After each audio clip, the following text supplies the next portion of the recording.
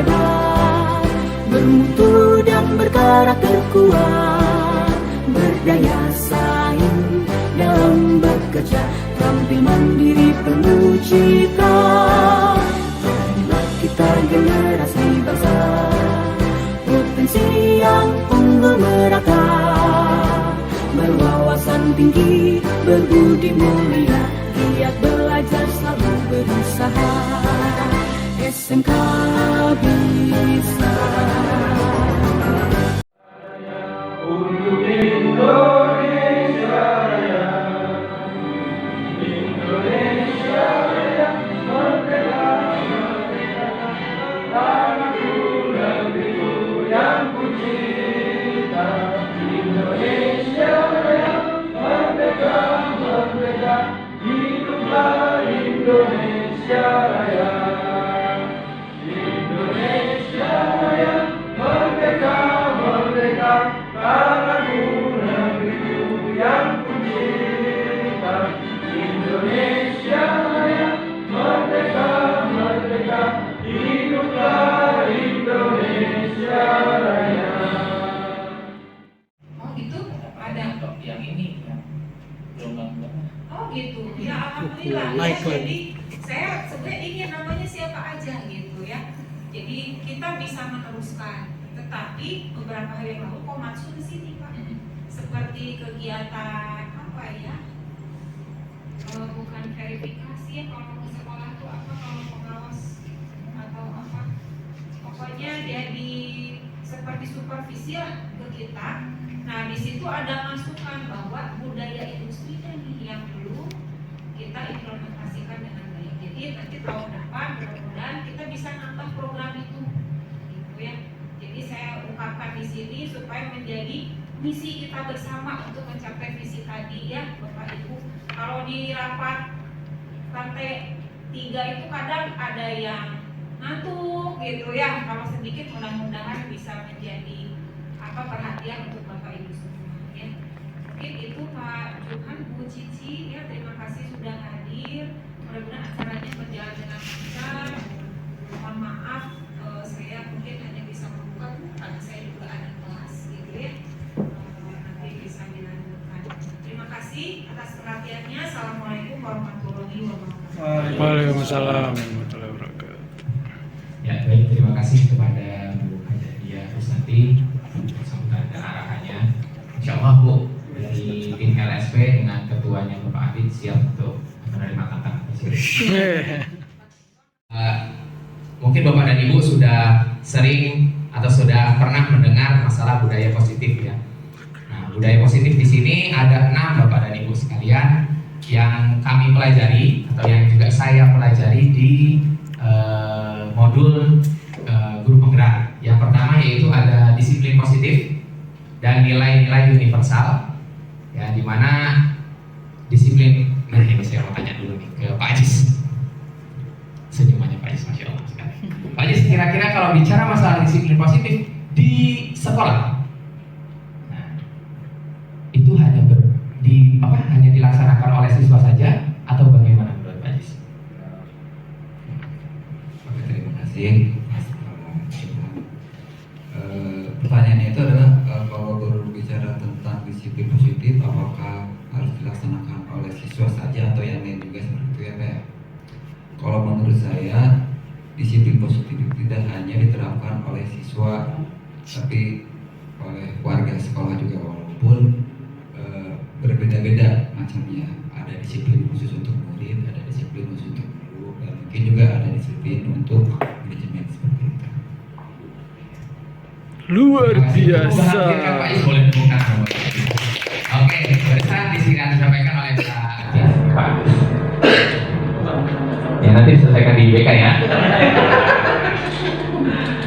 Oke, bismillahirrahmanirrahim. Assalamualaikum warahmatullahi wabarakatuh.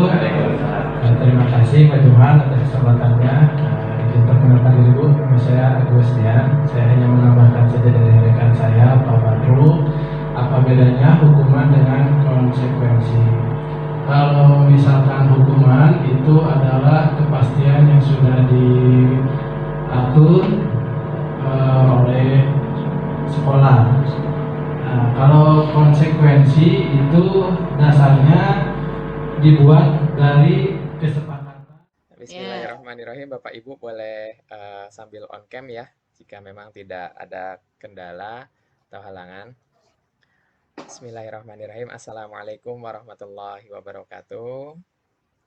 Waalaikumsalam warahmatullahi wabarakatuh. Ya, saya sampaikan terima kasih kepada Bapak dan Ibu guru hebat sekalian yang telah hadir dalam ruang diskusi kita ya di Google Meet pada malam hari ini. Mohon maaf mengganggu waktu istirahatnya. Mudah-mudahan dengan kegiatan kita pada malam hari ini bisa menjadikan keberkahan bagi kita semua, bisa menjadikan rahmat dari Allah untuk kita, dan mudah-mudahan rezeki Bapak dan Ibu sekalian selalu tercurah limpah. Amin. Salam terus kita curah limpahkan kepada junjungan kita Nabi besar Nabi Agung Muhammad Sallallahu Alaihi Wasallam. Mudah-mudahan kita mendapatkan syafaat beliau Nabi Muhammad hingga akhir zaman nanti ya Allah. Amin. Bapak dan Ibu sekalian, tanpa mengurangi rasa hormat saya izin untuk berbagi praktek baik ya. Kalau kemarin di ruang offline mungkin saya sudah sedikit membahas terkait dengan visi guru penggerak kepada Bapak dan Ibu sekalian, di mana waktu itu saya menceritakan terkait menyamakan visi saya dengan visi murid yang akan berlomba seperti itu. Nah, pada malam hari ini Bapak dan Ibu sekalian, izinkan saya untuk berbagi praktek baik, bukan berarti saya lebih pintar. Mungkin nanti kita saling diskusi seperti itu ya. Jika ada yang ingin disampaikan oleh Bapak dan Ibu sekalian, agar jalannya diskusi ini menarik, mangga diperbolehkan seperti itu. Malam ini saya akan berbagi praktik baik terkait budaya positif di sekolah Bapak dan Ibu guru hebat sekalian. Mohon izin untuk melakukan share screen ya.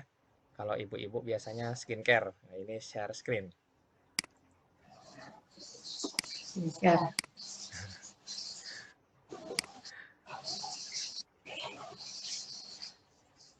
Nah, baik Bapak dan Ibu, apakah sudah masuk?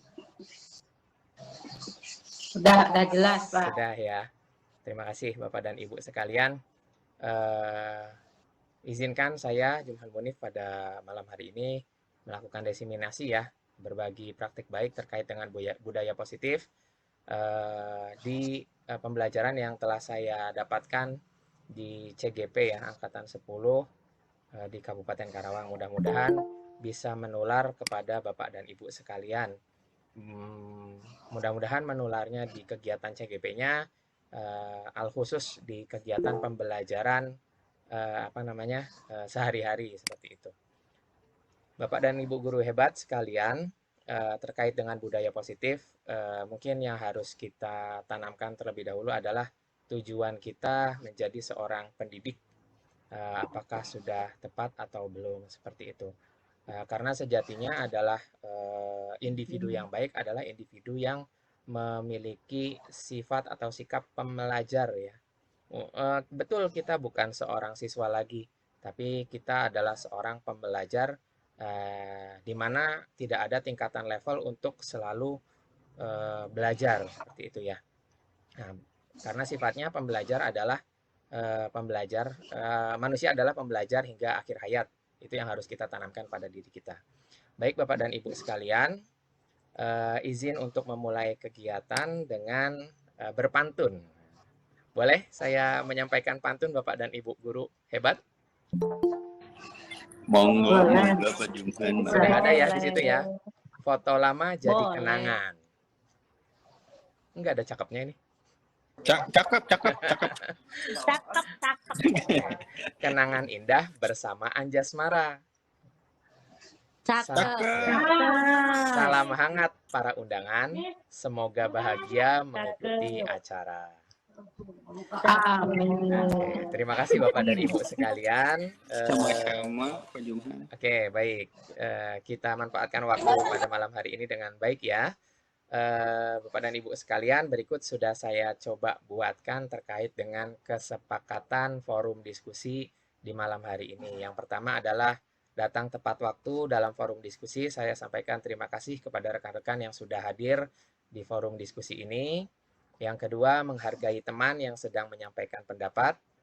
Yang ketiga, berbicara ketika diberikan kesempatan bicara oleh moderator. Dalam hal ini berarti saya. Yang keempat, tenang dan mengikuti jalannya diskusi dengan baik. Yang kelima, berkomunikasi dengan bahasa yang baik dan benar. Dan yang terakhir, jika ada yang masih kurang dimengerti, dapat bertanya kepada moderator atau saya.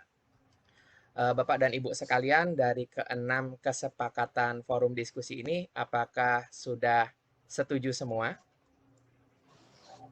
Setuju. Setuju ya? Setuju. Atau ada yang ingin menambahkan?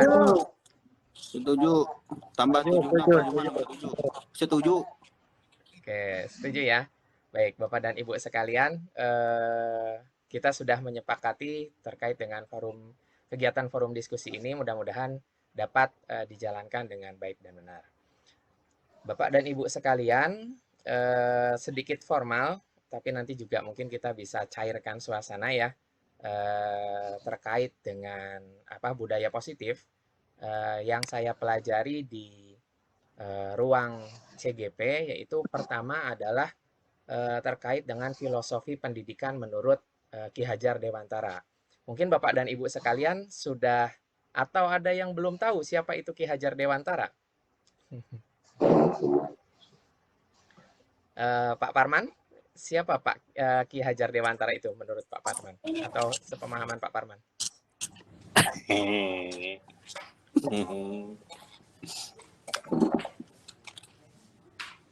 Oke, mungkin ada yang ingin membantu Pak Parman terkait dengan Ki Hajar Dewantara. Pak Ma'ruf. Udah kenal deh, Pak. Pak Ma'ruf? Kebetulan saya belum kenalan Pak Jumhan. Oh betul. Jadi saya lahir Ki Hajar Dewantara udah nggak ada. Oke, tapi menurut sepemahaman Bapak Ma'ruf, Ki Hajar Dewantara itu adalah Bapak Pendidikan. Bapak Pendidikan.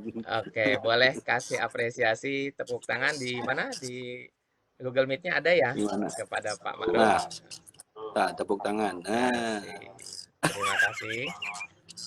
Bapak dan Ibu sekalian, menurut Ki Hajar Dewantara, pendidikan yaitu adalah menuntun segala kekuatan kodrat yang dimiliki oleh peserta didik agar mereka bisa mencapai keselamatan dan kebahagiaan setinggi-tingginya, baik sebagai manusia maupun sebagai anggota masyarakat.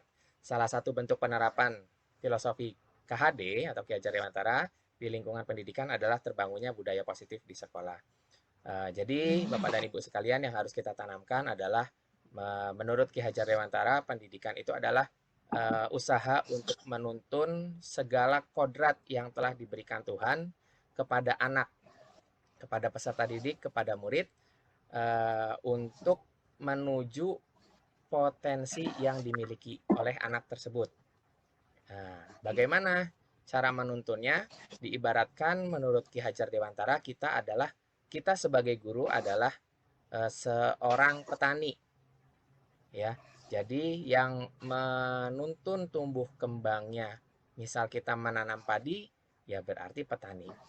Dan kita juga tidak bisa, Bapak dan Ibu sekalian, ketika seorang petani itu menanam padi, kita paksakan untuk berbuah rambutan atau berbuah mangga. Nah, kita tidak bisa menuntut untuk menjadikan siswa seperti itu. Jadi kodratnya, nah ini kembali ke kodrat. Bapak dan Ibu sekalian, kodrat seorang anak sudah ditentukan oleh Gusti Allah. Tugas kita adalah untuk menuntunnya, seperti itu. Sama seperti filosofi tadi, petani yang sedang menanam misal padi, berarti tumbuhnya adalah padi juga. Tidak mungkin rambutan atau mangga. Dan tugas kita adalah sebagai guru untuk menuai panen padi itu yang bagus, padi itu yang baik. Nah, kita tidak ingin sebagai seorang petani nanti panennya padinya yang harusnya target adalah 1 ton, ternyata hanya dipanen setengah ton, seperti itu. Itu diibaratkan seperti itu terkait dengan pendidikan menurut Ki Hajar Dewantara. Lanjut Bapak dan Ibu sekalian, budaya positif di sekolah sangatlah penting untuk mengembangkan anak-anak yang memiliki karakter yang kuat, sesuai profil pelajar Pancasila. Mengingat pentingnya membangun budaya positif di sekolah sesuai dengan filosofi pendidikan menurut Ki Hajar Dewantara, yaitu pendidikan yang berpihak pada murid. Seperti itu. Jadi di masa sekarang ini Indonesia sedang ada transformasi kurikulum yang tadinya kurikulum 13 menuju ke kurikulum Merdeka, di mana inti sari dari kurikulum Merdeka itu yaitu adalah pendidikan yang berpihak kepada murid. Lalu, budaya positif diawali dengan perubahan paradigma. Nah, mungkin Bapak dan Ibu sekalian di sini ya, terkait dengan teori kontrol. Selama ini kita sebagai guru merasa berkewajiban mengontrol perilaku siswa agar memiliki perilaku yang guru harapkan, seperti itu. Nah, tanpa kita sadari Bapak dan Ibu sekalian, terkadang di luar dasar pemikiran ini kita juga pernah ya, sebelumnya saya juga seperti itu. Saya mengajar, saya ingin murid saya menjadi seorang karyawan nanti di misal di otomotif, pabrik otomotif, seperti itu.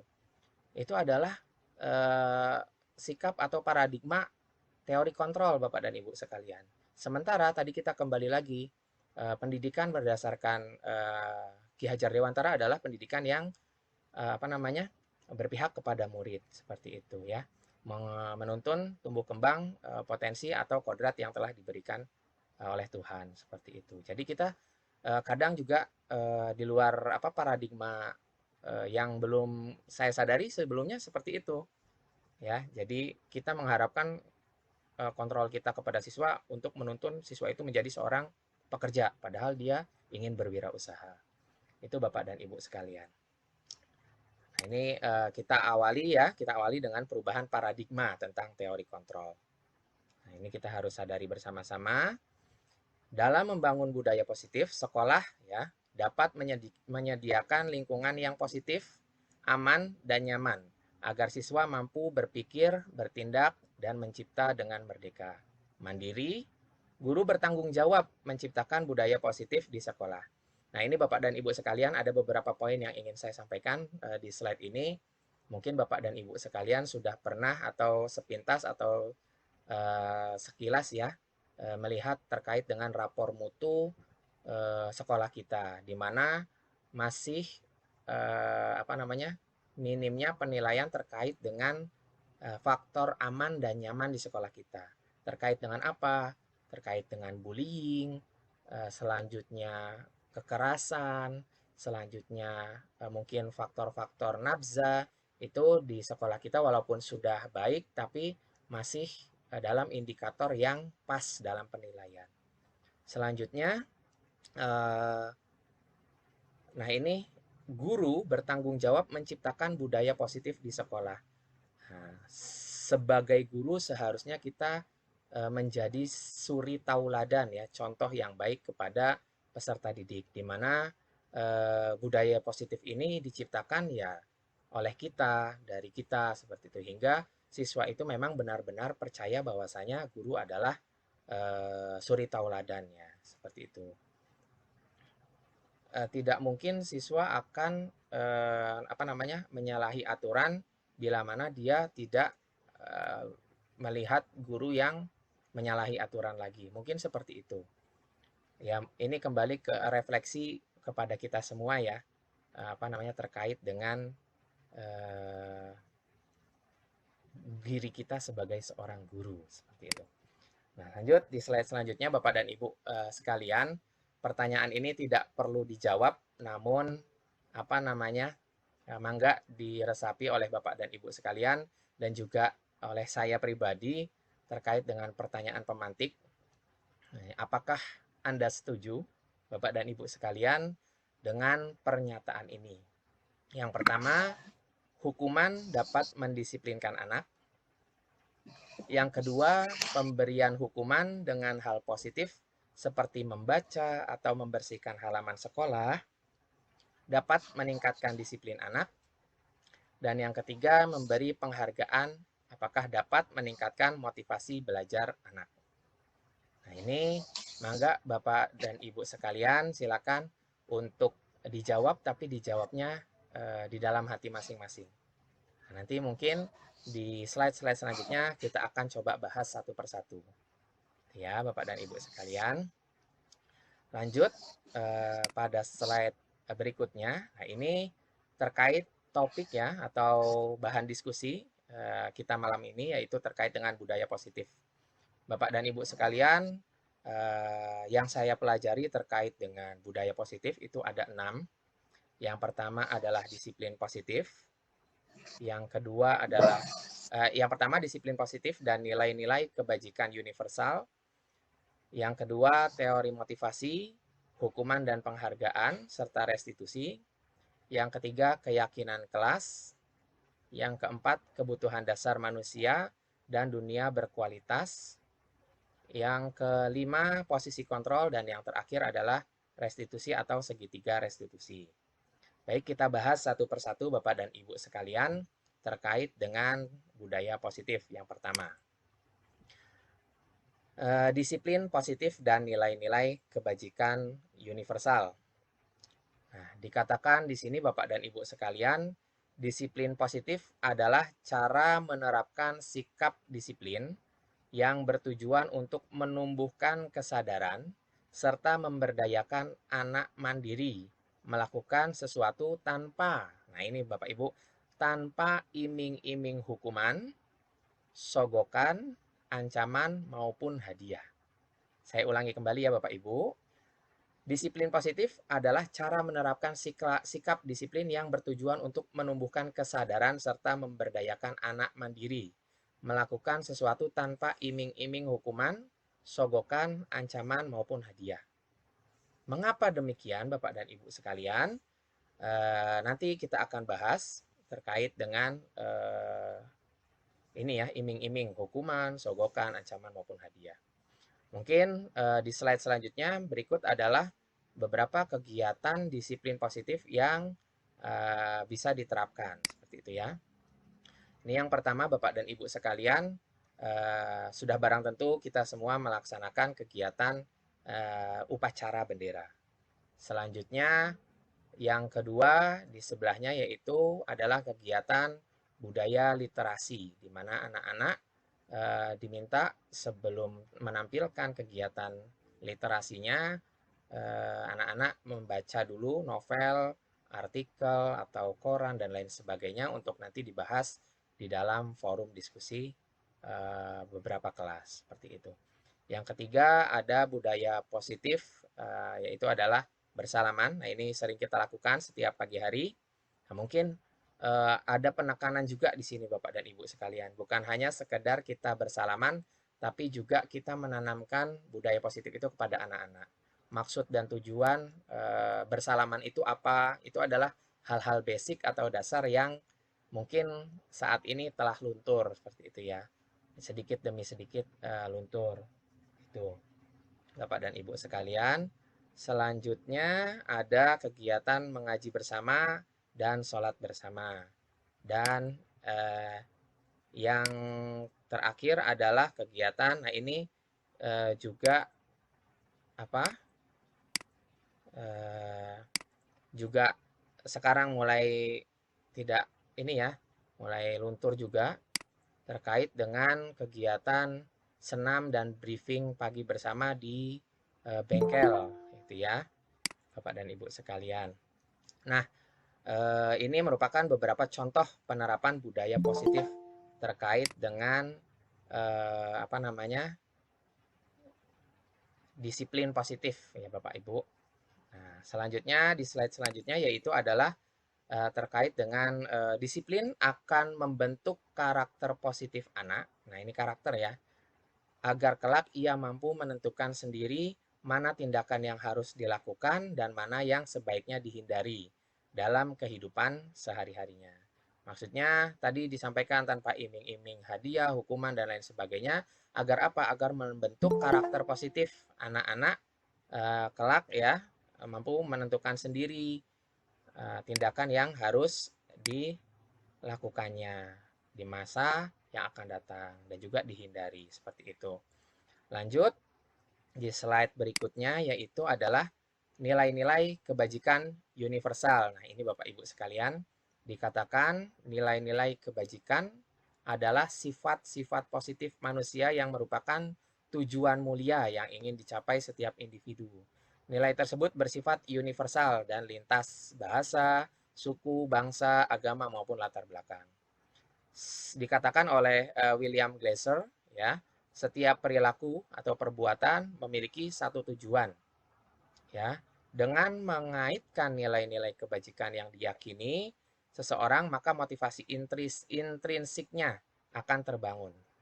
Sehingga menggerakkan motivasi dari dalam untuk dapat mencapai tujuan mulia yang diinginkan. Nah, dalam slide ini coba saya akan berdiskusi dengan rekan-rekan sekalian. Bu Henti mengacungkan tangan ini. Bu Henti, saya ingin menanyakan terkait dengan tadi ya, kegiatan disiplin yang diiming-imingi hadiah atau hukuman. Mungkin kadang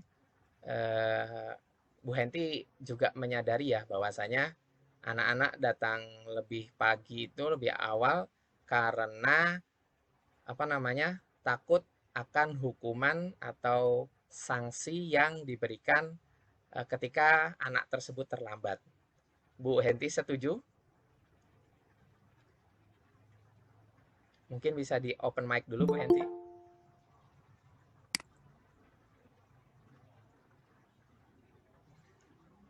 Halo Bu Henti, open mic. Iya. Ya, Pak Jemandi bilang. Iya. Maaf. Terkait dengan ini anak-anak datang lebih pagi, biasanya menurut Bu Henti itu karena faktor intrinsiknya anak atau ekstrinsiknya anak. Waduh, bahas intrinsik dan ekstrinsik itu berarti faktor dalam dirinya atau faktor luar dia datang lebih awal itu Bu Hen?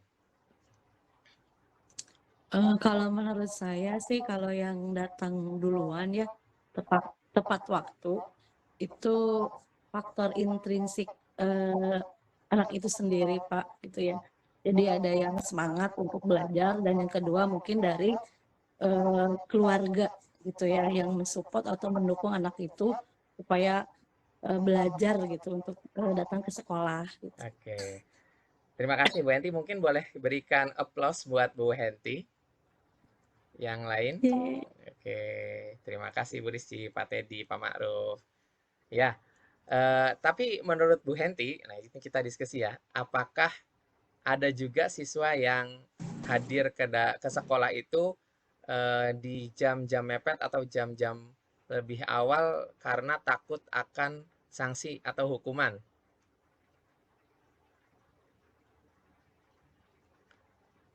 Halo, Bu Henti? Iya Pak. Menurut Bu Henti, ada nggak siswa yang seperti itu Bu Henti? Mungkin ada, tapi nggak banyak gitu. Ada sih.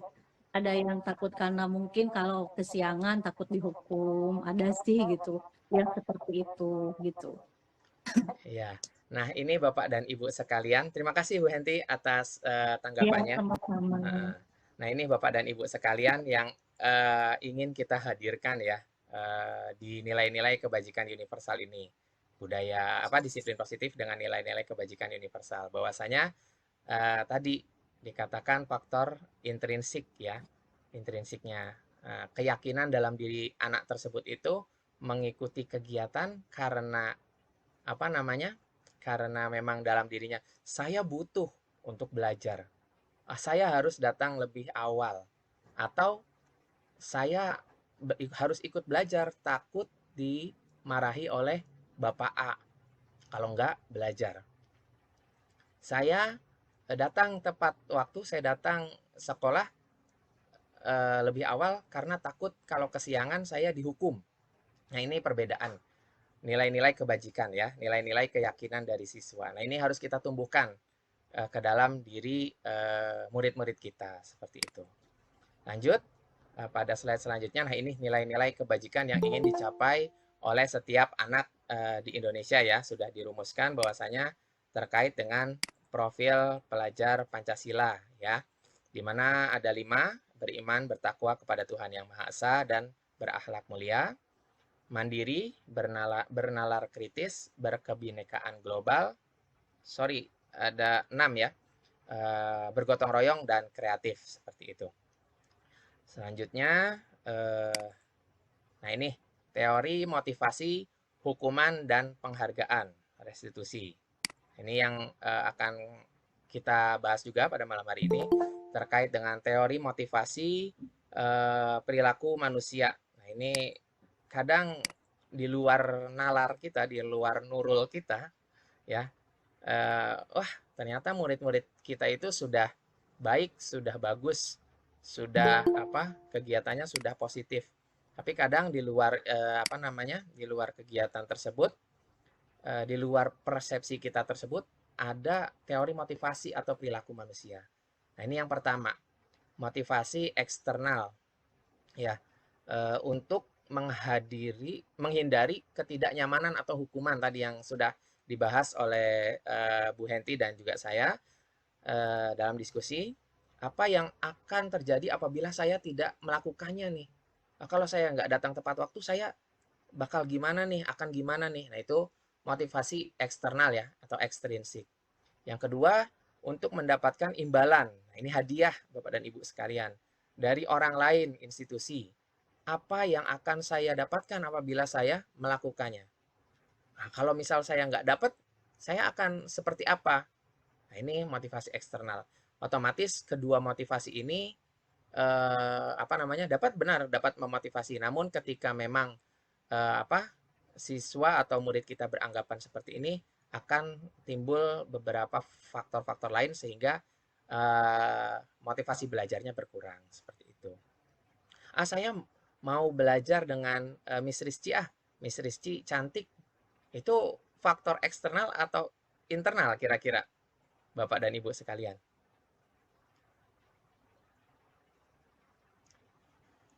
Eksternal Pak. Nah, eksternal ya. Itu betul. Pelajaran bahasa Inggris oleh Miss Rizky, misal ganti. Misal pelajaran bahasa Inggris oleh Pak Teddy, misal. Kira-kira Olahraga Pak. ya misal, permisalan Pak Teddy. Iya. Permisalan bahasa Inggris dengan Pak Teddy kira-kira. Nah, anak-anak akan beranggapan seperti apa? Bapak dan Ibu sekalian. Kasep Pak Teddy Pak. Membosankan. Gimana Pak Teddy, Bu Mega? Pak Teddy lebih, kalau anak-anak kebanyakan yang maunya yang cantik-cantik Pak.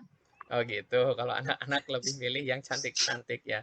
Nah itu. Yang ganteng-ganteng kurang Pak. Iya, terima kasih Bu Mega. Nah itu ya Bapak Ibu sekalian terkait dengan motivasi eksternal. Jadi kalau gurunya bukan Miss Rizky, saya kurang semangat kayak gitu misal. Untuk belajar bahasa Inggrisnya gitu ya. Maaf Pak Teddy. Jangan sedih. Bercanda Pak Teddy, bercanda. Itu ya. Nah, itu misal. Selanjutnya, nah ini di yang bagian ketiga, motivasi internal, tujuan disiplin positif ya, untuk menghargai diri sendiri. Nah, saya akan menjadi orang yang seperti apa bila saya melakukannya. Kalau saya belajar bahasa Inggris, saya akan pintar bahasa Inggris. Tujuannya adalah saya mau ke Eropa, misal. Nah, berarti siapapun gurunya, dimanapun tempatnya, dia akan memiliki motivasi internal sehingga belajar itu dia lakukan dengan baik. Seperti itu Bapak dan Ibu. Nah, ini tadi terkait dengan budaya positif ya. Kenapa alangkah baiknya tidak berdasarkan hukuman, penghargaan dan lain sebagainya. Nah, ini motivasi internal ya, untuk menjadi orang yang mereka inginkan, untuk menghargai nilai-nilai yang mereka yakini dan menghargai diri sendiri. Nah, selanjutnya, nah ini mungkin beberapa contoh gambar terkait dengan motivasi internal, keyakinan mereka ya. Kita tidak bisa tidak bisa memaksakan mereka untuk pintar dalam satu hal karena mereka mungkin punya potensi atau kodrat di masing-masing individu seperti itu. Mungkin di gambar pertama ini ada yang sukanya pramuka, ada yang sukanya paskibra, ada yang sukanya seni budaya dan lain sebagainya. Di gambar kedua mungkin ini ada yang mereka adalah anak-anak yang suka di kegiatan basketball. Yang ketiga mungkin ada anak-anak yang suka atau gemar di kegiatan berwirausaha seperti itu. Baik Bapak dan Ibu sekalian, masuk ke slide selanjutnya yaitu terkait dengan keyakinan kelas. Nah, ini keyakinan kelas ya Bapak dan Ibu sekalian. Apa itu keyakinan kelas? Keyakinan kelas yaitu nilai-nilai keselamatan atau kesehatan yang kita sebut sebagai suatu keyakinan, yaitu nilai-nilai kebajikan universal yang disepakati secara tersirat dan tersurat Bapak Ibu. Nah, selanjutnya lepas dari latar belakang suku, negara, bahasa maupun agama, seperti yang sudah disampaikan sebelumnya pada pembelajaran tentang nilai-nilai kebajikan, bahwa menekankan pada keyakinan seseorang akan lebih memotivasi seseorang dari dalam. Seorang akan lebih tergerak dan bersemangat untuk menjalankan keyakinannya daripada hanya sekedar mengikuti serangkaian peraturan tertulis tanpa makna. Nah, ini Bapak dan Ibu sekalian. Bicara masalah keyakinan kelas, apakah Bapak dan Ibu sekalian ada yang sudah menerapkan di dalam kelasnya masing-masing terkait dengan keyakinan kelas? Mungkin bisa open mic dan bercerita.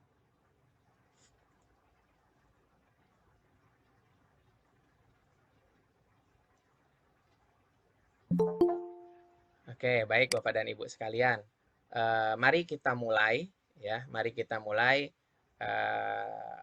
kegiatan pembelajaran kita esok di kelas di tahun ajaran baru ya, dengan mengawalinya dengan membuat satu keyakinan kelas. Keyakinan kelas tadi dikatakan keyakinan adalah nilai-nilai universal yang dipercaya, diyakini ya, untuk dapat merubah hidup seseorang. Nah, ini dikatakan keyakinan kelas, otomatis keyakinan yang ada di dalam kelas tersebut. Jadi contoh nilai keyakinan kelas tadi sudah saya berikan contoh di awal terkait dengan kesepakatan kelas. Seperti itu. Jadi Bapak dan Ibu tidak perlu nanti teriak-teriak, "Hei, kamu jangan hei kamu jangan bercanda terus. Hei kamu perhatikan Bapak atau Ibu sedang menerangkan materi," gitu. Tidak perlu lagi, tapi karena sudah ada kesepakatan kelas itu akan mudah. Bagaimana cara membentuk atau membuat kesepakatan kelas? Nanti kita bahas Bapak dan Ibu sekalian. Jadi kegiatan pembuatan atau pembentukan kesepakatan kelas yang nantinya diyakini oleh seluruh warga masyarakat kelas itu dilakukan di awal kegiatan, baiknya dilakukan di awal kegiatan pembelajaran, misal di awal pertemuan. Nah, selanjutnya, nah ini Bapak dan Ibu terkait dengan ada yang dinamakan peraturan, ada yang dinamakan keyakinan kelas. Contoh peraturan adalah selalu kembalikan buku ke tempatnya. Nah ini ya, peraturannya adalah selalu kembalikan buku ke tempatnya. Keyakinan kelasnya adalah satu tanggung jawab. Ini faktor intrinsik. Ya, dilarang mengganggu orang lain. Nah, keyakinan kelasnya adalah menghormati orang lain. Ini faktor intrinsik. Selalu kembalikan buku ke tempatnya. Keyakinan kelasnya takut kena denda. Nah, ini faktor ekstrinsik. Nah, ini keyakinan kelas yang universal adalah keyakinan kelas yang timbul dalam diri individu yang terdapat di dalam kelas dan disepakati oleh kelas tersebut. Lalu bagaimana untuk menciptakan satu keyakinan kelas ya? Nah, ini Bapak dan Ibu sekalian, ada 5 langkah. Yang pertama, guru dan siswa menggali peraturan yang perlu disepakati di kelas. Ya. Jadi menggali peraturan-peraturan yang perlu disepakati di kelas. Guru dan siswa jadi mengumpulkan dulu ya, yang pertama, menghimpun peraturan dari setiap individu yang ingin memberikan saran terkait dengan keyakinan kelas. Tadi misal dilarang datang lebih dari 10 menit misal. Dilarang tertidur di kelas misal. Nah, itu dihimpun oleh semua masyarakat kelas. Yang kedua, guru dan siswa merubah peraturan-peraturan yang perlu disepakati di kelas ke dalam kalimat yang positif. Maksudnya kalimat yang positif adalah misal tadi dilarang mencontek. Misal contoh, dilarang itu adalah satu kalimat negatif. Nah, ini kata dilarang ini harus kita rubah ke dalam kata yang lebih positif hingga menjadi kalimat positif. Dilarang mencontek. Misal kita rubah menjadi mengerjakan tugas dengan percaya diri dan mengumpulkan sesuai dengan tenggat waktu yang telah diberikan. Itu adalah merubah peraturan-peraturan yang perlu disepakati di kelas. Jadi kalimatnya positif, bukan kalimat negatif. Guru dan siswa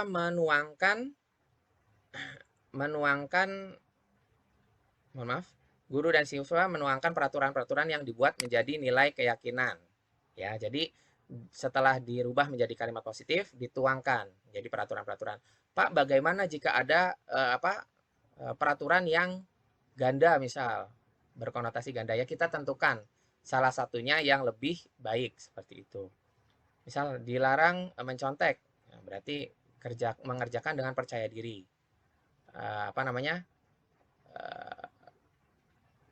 Berdiskusi, misal ada juga berdiskusi dengan rekan sejawat untuk mencapai tujuan yang lebih baik, misal dirubah. Dilarang pelit misal gitu. Nah, itu bisa nanti kita gabungkan menjadi satu peraturan tersebut. Selanjutnya, guru dan siswa menuangkan keyakinan kelas ke dalam gambaran perilaku, tampak, dan tidak seperti. Yang kelima, guru dan siswa menggali tanggung jawab dan menyebutkan kembali keyakinan yang akan dilakukannya. Nah, ini ya. Selanjutnya nanti akan dibentuk. Nah, ini perbedaan hukuman dan konsekuensi. Hukuman sesuatu yang menyakitkan harus terjadi. Tadi anak-anak yang sudah diberikan gambaran, anak-anak ketika datang ke sekolah tidak tepat waktu, dia akan dapat hukuman. Nah, itu adalah sesuatu yang menyakitkan harus terjadi. Anak-anak merasa tersakiti seperti itu. Sementara kalau konsekuensi yaitu adalah sesuatu yang harus terjadi, ya. Karena sudah disepakati Bapak dan Ibu sekalian. Jadi kalau terlambat konsekuensinya apa? Itu sudah disepakati.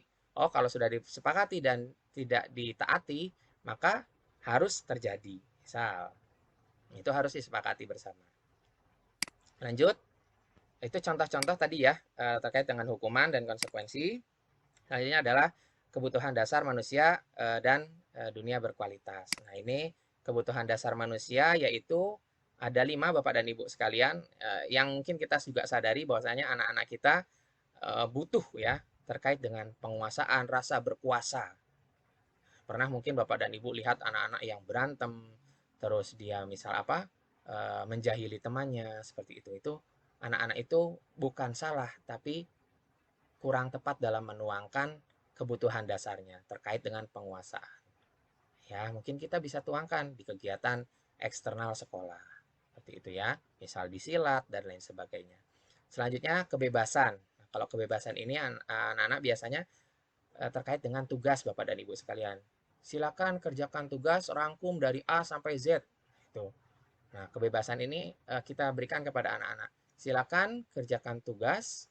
Berikut Bapak dan Ibu sudah memberikan panduannya. Kalian boleh menuangkan lewat media-media yang kalian sukai. Misalnya itu rasa kebebasan. Mereka bisa memilih apakah mau buat pakai Canva, PowerPoint, buat video, dan lain sebagainya. Itu bebas Bapak dan Ibu. Selanjutnya kesenangan. Nah, ini terkait dengan biasanya kita di kelas melihat anak-anak kok nggak masuk. Oh, ternyata dia lebih senang kepada sepak bola misal atau kegiatan ekstra. Atau mengantuk di kelas. Nah, ini harus kita arahkan. Kasih sayang dan rasa diterima. Ini Bapak dan Ibu sekalian, kadang ada anak-anak yang caper kayak gitu ya. Ada yang kalau misalnya yang perempuan senang mendekati guru-guru laki-laki yang ganteng kayak gitu, yang imut misalnya gitu ya. Ini mereka butuh kasih sayang dan rasa diterima, dan kita juga maksudnya sebagai guru tidak terlewat batas ya terkait dengan hal tersebut. Ada juga bertahan hidup. Biasanya, kenapa kamu terlambat? Saya mengantar dulu ibu saya ke pasar untuk berjualan. Nah, itu kadang kebutuhan dasar manusianya adalah terkait dengan bertahan hidup. Itu Bapak dan Ibu. Selanjutnya, seorang murid yang tidak begitu berhasil secara akademik mungkin kebutuhannya akan penguasaan tidak terpenuhi di sekolah. Oleh karena itu, mungkin dia akan mencoba untuk memenuhi kebutuhannya akan penguasaan. Contoh ini yang penguasaan ya, dengan mencoba mengatur orang lain di lapangan bermain atau kegiatan ekstra. Atau bahkan menyakiti mereka secara fisik. Nah, ini kegiatan yang negatif Bapak dan Ibu sekalian. Harus kita hindari ini. Sebagai guru, kita dapat melibatkannya dalam kegiatan yang memberi peluang murid tersebut membuat pencapaian yang berarti. Ini Glasser menyatakan bahwa kapasitas untuk berubah ada di dalam diri kita ya. Jika kita dapat mengidentifikasi kebutuhan apa yang mendorong perilaku kita, maka perubahan perilaku positif dapat dimulai dengan mencari solusi untuk memenuhi kebutuhan tertentu dengan cara yang positif. Nah, ini yang selanjutnya terkait dengan budaya positif yaitu posisi kontrol seorang guru. Nah, ini posisi kontrol seorang guru ada beberapa macam, ada penghukum, ada pembuat rasa bersalah, ada teman, pemantau, dan manajer. Nah, ini ada video Bapak dan Ibu sekalian yang mungkin sudah pernah saya share di grup juga. Mungkin saya akan tampilkan di bagian akhir 5 posisi kontrol, yaitu adalah bagian manajer, guru sebagai seorang manajer.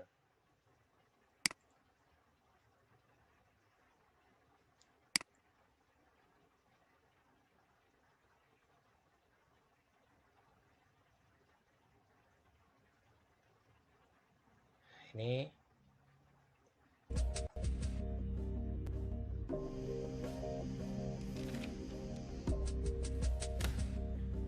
bisa disimak bersama-sama Bapak dan Ibu. Naren!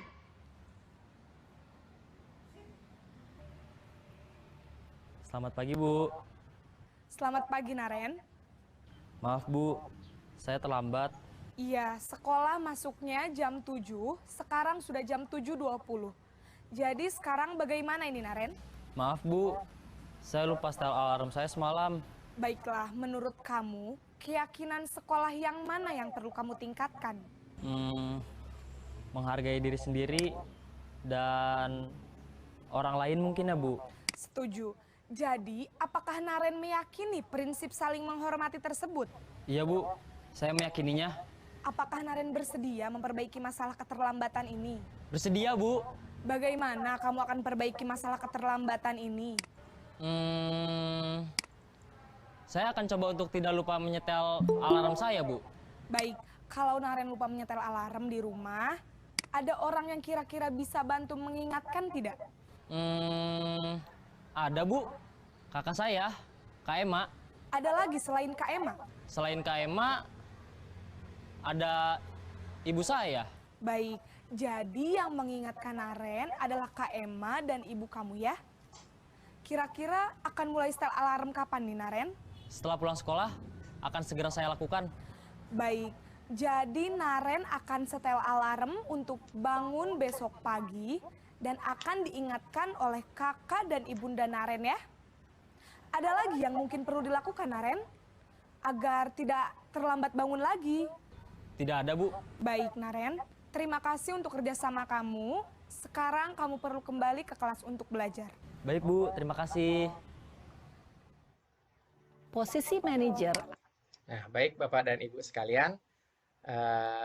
Berikut saya akan menyampaikan dampak positif dan dampak negatif ya terkait dengan 5 posisi kontrol seorang guru. Sebagai seorang guru sebagai seorang penghukum. Nah, ini guru sebagai seorang penghukum dikatakan kemungkinan murid marah dan dendam atau bersifat agresif. Bisa jadi sesudah kembali duduk, murid tersebut akan mencoret-coret bukunya atau meja tulisnya. Lebih buruk lagi, sepulang sekolah, murid melihat motor atau mobil bapak atau ibu guru akan menggores kendaraan tersebut dengan paku atau ngempesin ban. Seperti itu ya. Itu adalah dampak dari karakter guru sebagai posisi kontrol penghukum. Membuat merasa bersalah. Murid akan merasa bersalah bersalah telah mengecewakan ibu atau bapak gurunya. Murid akan merasa menjadi orang yang gagal. Aduh, saya kok mengecewakan ibu A ya? Aduh, saya kok mengecewakan ibu B ya? Dan tidak sanggup membahagiakan orang lain. Kadangkala sikap seperti ini lebih berbahaya dari sikap penghukum. Selanjutnya, guru sebagai teman. Murid akan merasa senang, dampak baiknya ya, dan akrab dengan guru. Ini termasuk dampak yang positif. Hanya di sisi negatif, murid menjadi tergantung pada guru. Bila ada masalah, dia merasa bisa mengandalkan guru tersebut untuk membantunya. Jadi kalau ada apa-apa, ada masalah, dia akan mencari guru tersebut. Akibat lain dari posisi teman, hanya akan berbuat sesuatu bila ada yang nyuruh adalah guru tersebut. Kalau bukan guru tersebut, nggak mau melakukan. Ini contohnya yang teman. Selanjutnya, sebagai guru sebagai seorang pemantau, murid memahami konsekuensi yang harus dijalankan karena telah melanggar salah satu peraturan sekolah. Guru tidak menunjukkan satu emosi yang berlebihan menjadi marah, gitu ya, atau membuat merasa berbuat salah. Nah, ini pemantau. Murid tetap dibuat tidak nyaman, yaitu dengan harus tinggal kelas pada waktu jam istirahat dan mengerjakan tugas. Nah, ini yang terbaik adalah guru sebagai seorang manajer.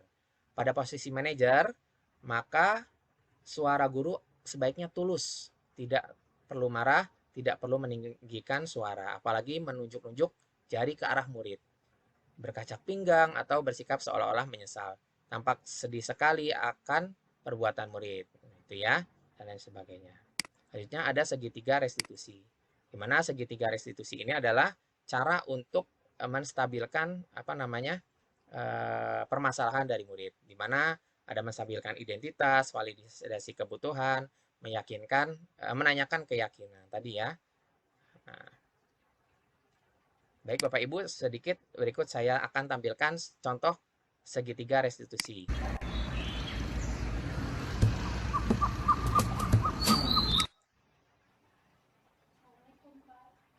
Waalaikumsalam warahmatullahi wabarakatuh. Silakan duduk, Nak.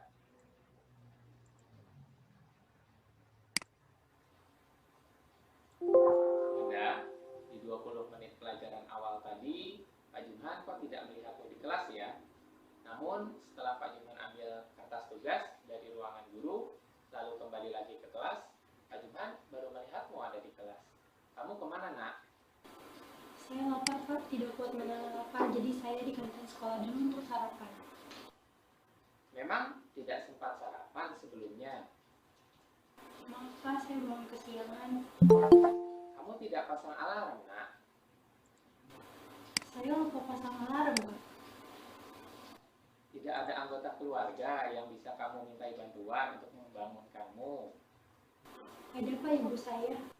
Ya, betul. Memang setiap orang pasti ini menstabilkan identitas. Atau lupa. Salah satunya dalam kasusmu ini. Lalu, selanjutnya kita melakukan validasi tindakan yang salah. Ada, Pak, saya telat bangun sehingga saya lupa sarapan. Lalu, apakah ada lagi? Ada, Pak, saya terlambat masuk di jam pelajaran Bapak. Nah, betul. Selanjutnya, menanyakan keyakinan. Lalu, dalam kasusmu ini, ada tidak nilai keyakinanmu yang kurang tepat? Belum, Pak, tidak enak ternyata melakukan sesuatu terlalu terburu-buru. Semuanya jadi kacau, Pak. Lalu saya kurang menghargai waktu sehingga merugikan diri sendiri. Keyakinan kurang menghargai waktu dan merugikan diri sendiri. Ya, Bapak setuju dengan apa yang kamu katakan.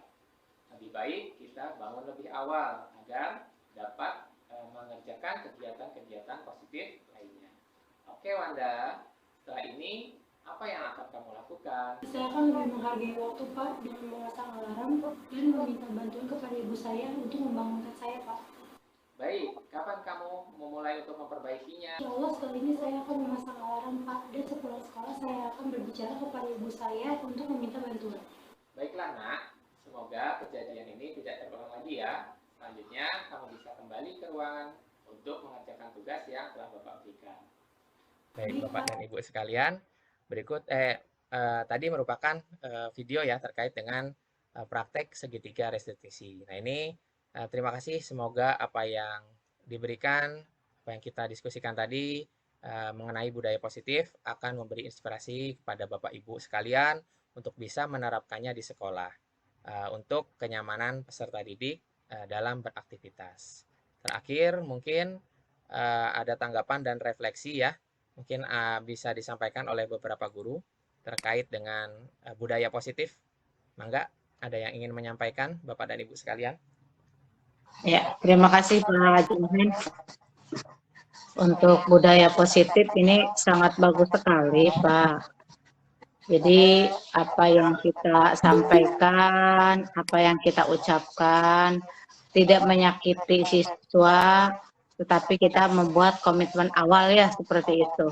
Coba gini Pak, mungkin ya karena kita istilahnya baru pahamnya sekarang, sebelum-sebelumnya kan kalau misalnya kita buat aturan dan lain sebagainya, itu kan disesuaikan dengan yang yang lain juga seperti itu kan gitu ya, karena pun ada teori-teori dan sebagainya. Nah, berarti kita kalau melihat di tadi komitmen bersama, tata tertib itu banyak yang harus dirubah berarti ya Pak Jumhan. Tata tertib kita coba nanti Bapak Ibu guru nanti besok dilihat di tata tertib itu berarti banyak yang harus dirubah kata-katanya, mungkin kita perbaiki atau gimana supaya nanti apa yang kita buat komitmen, artinya kan itu kan aturan yang tidak tidak menyakitkan.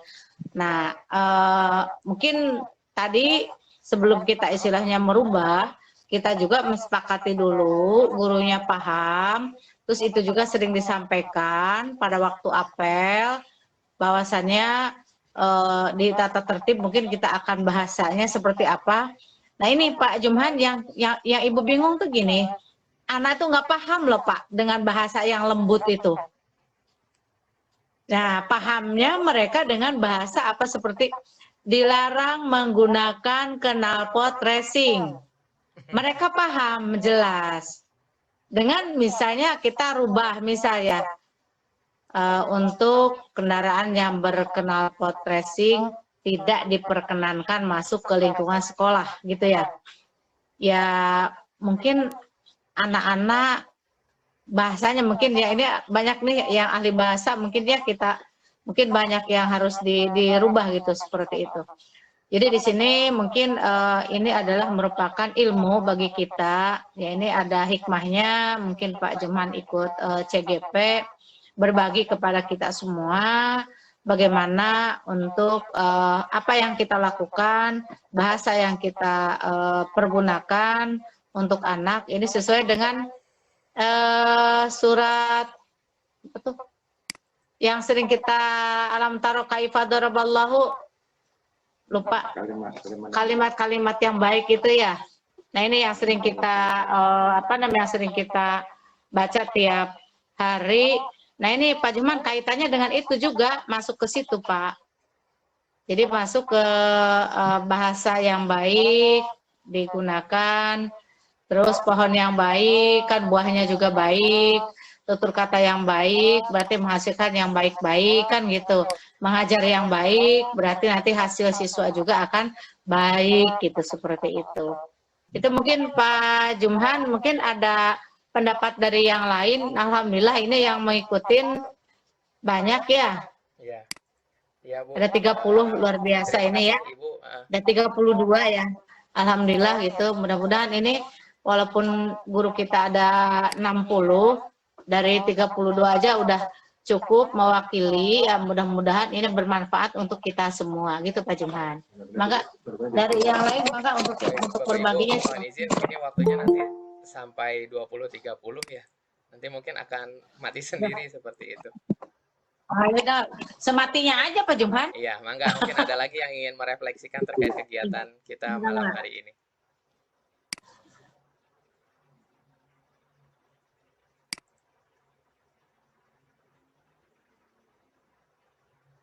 Ada lagi Bapak dan Ibu sekalian? Selamat pagi. Selamat pagi.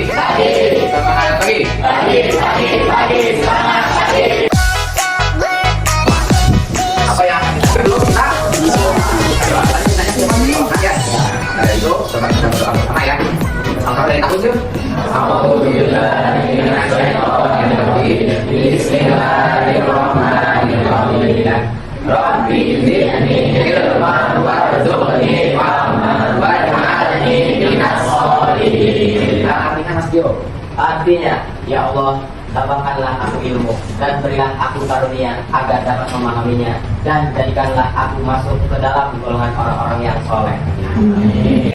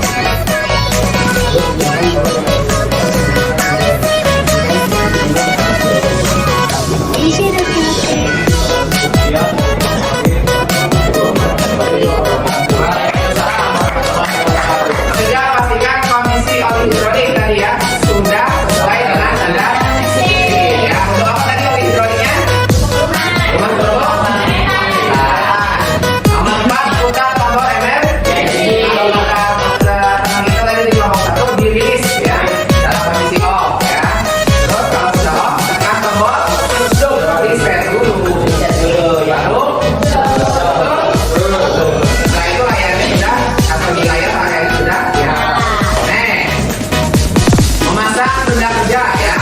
Pasang benda kerja pada apa ya. Kencangkan ketika menggunakan kunci.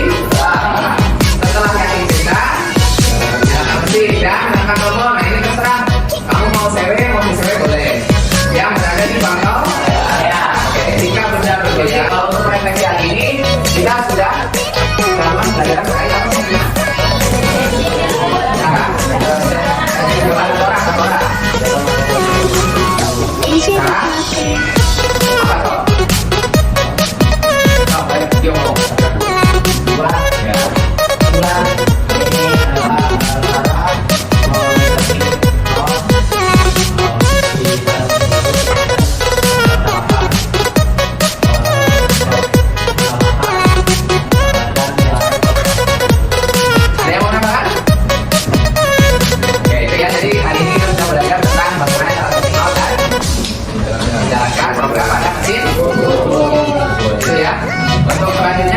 Selanjutnya disiapkan, nanti kita akan praktek melakukan dari signal pada mesin jadi siap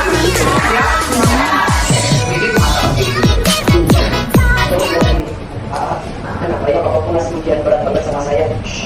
Jawabannya karena Allah percaya tubuhmu kuat untuk menghadapi ujian. Karena Allah tahu kau mampu untuk menghadapi ujian. Jangan sibuk menceritakan kegelisahanmu kepada orang lain. Yang mencintaimu tidak butuh itu, dan yang membencimu semakin bangga dengan keadaan. Ya, jadi kalau ada masalah ceritanya sama utamakan itu dulu. Ya, kalau mau cerita sama orang tua boleh, tapi utamakan cerita dulu sama istri. Ya, Mas Bima tadi ada repot. Mana Mas Bima? Oh gitu ya. Kalau repot berarti nanti dur ke masih cerita sama Gusti Allah. Ya Allah, tadi saya ada apa berarti saya yang ada juga boleh dong nggak positif lah. Ya. Agar kita diakui sebagai umatnya Rasul, ya kan? Rasul dapat perintah Nabi, perintah dari Allah untuk melaksanakan dari sholat zuhur. Kita yang laki-laki kita wajib turun ya, kita berjamaah, turun bersama, berdoa, masa berdiri, minta ajarkan. Yang perempuan maka mau masuk boleh, mau di ruang guru, boleh. Ya, itu ya mungkin ya anak ini sekalian ada pertanyaan? Tidak ada cukup? Cukup? Kalau tidak ada Pak Iman akhiri kita berdoa bersama apa? Kafaratul. Mari kita berdoa bersama ya. Bismillahirrahmanirrahim. Subhanallahumma wa bihamdika asyhadu an la ilaha illa anta astaghfiruka wa atubu ilaik. Pak Iman dicukupkan ya, mohon maaf bila ada salah kata. Assalamualaikum warahmatullahi wabarakatuh. Selamat pagi. Selamat pagi. Selamat pagi.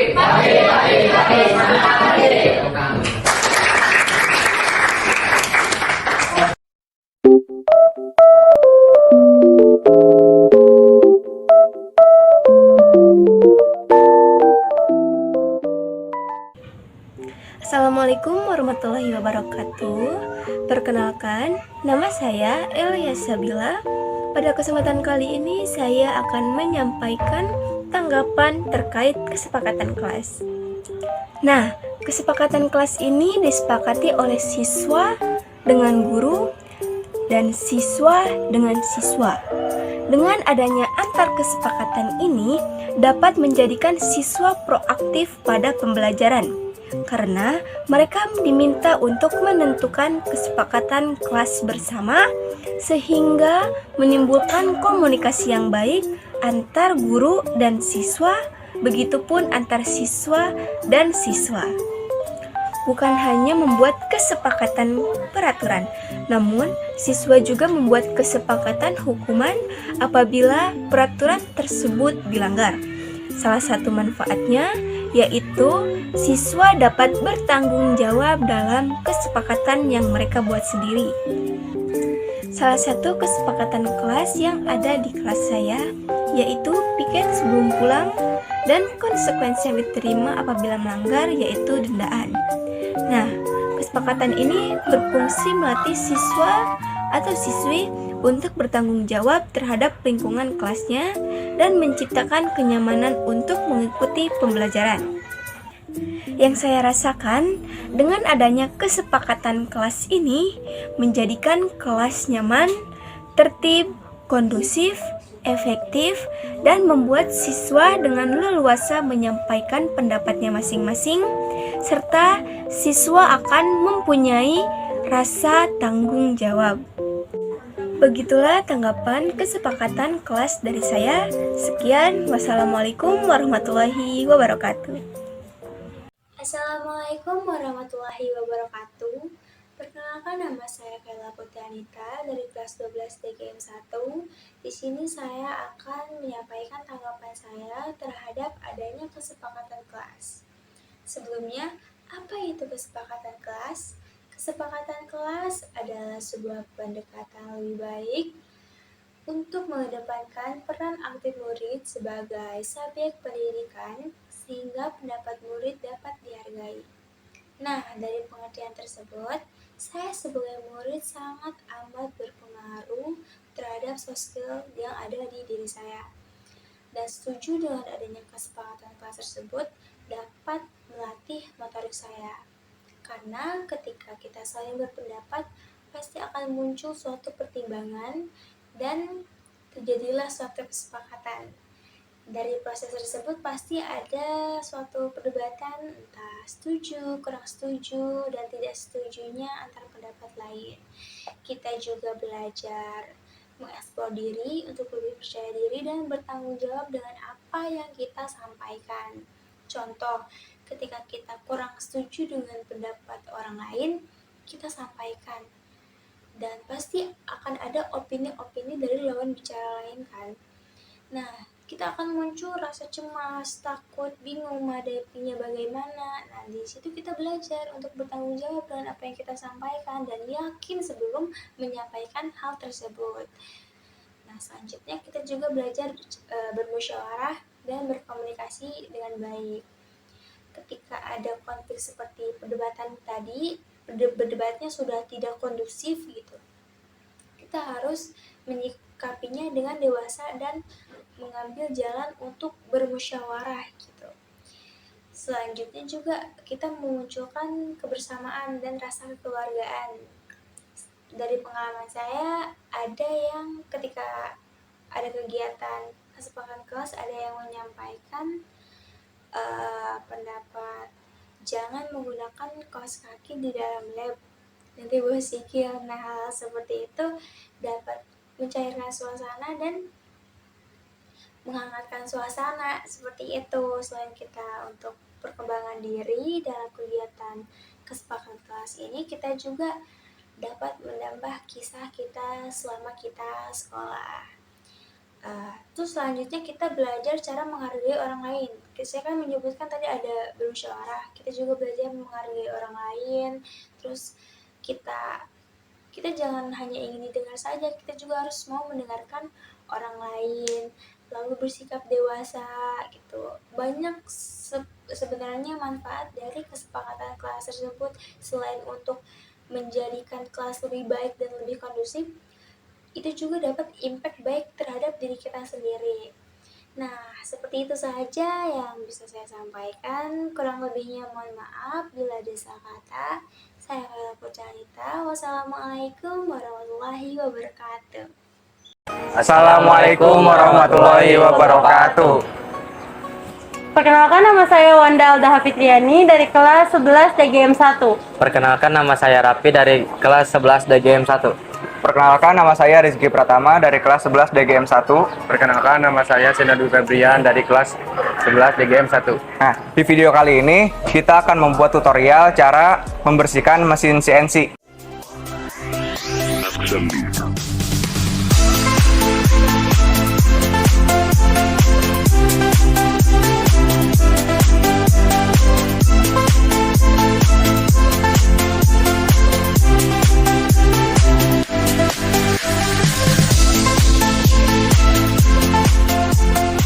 Pertama-tama, bersihkan area sekitar ragum menggunakan sapu kecil.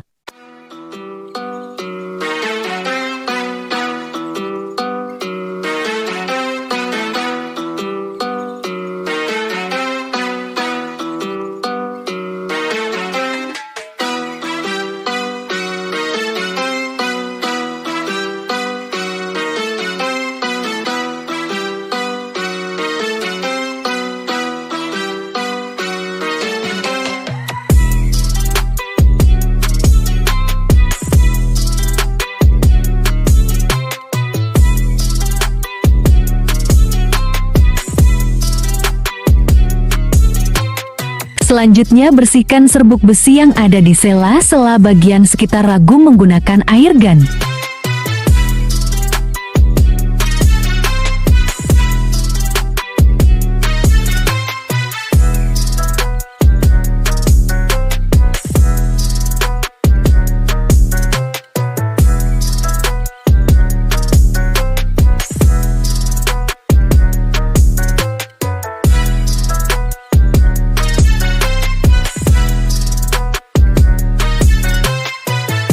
Lanjut bersihkan di bagian pojokannya.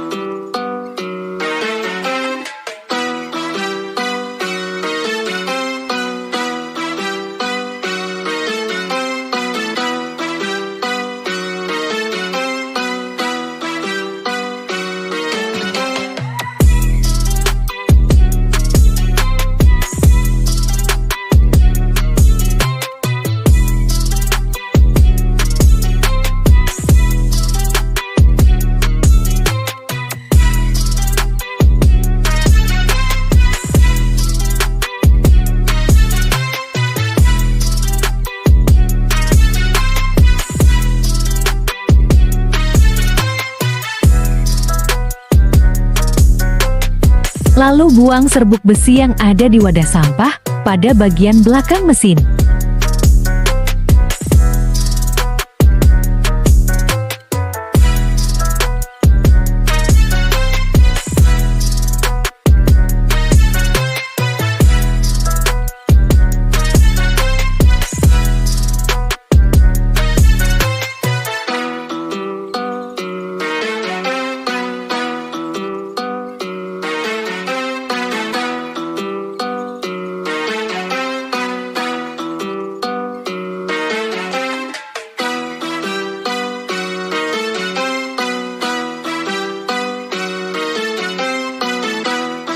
Lanjut bersihkan kaca-kacanya.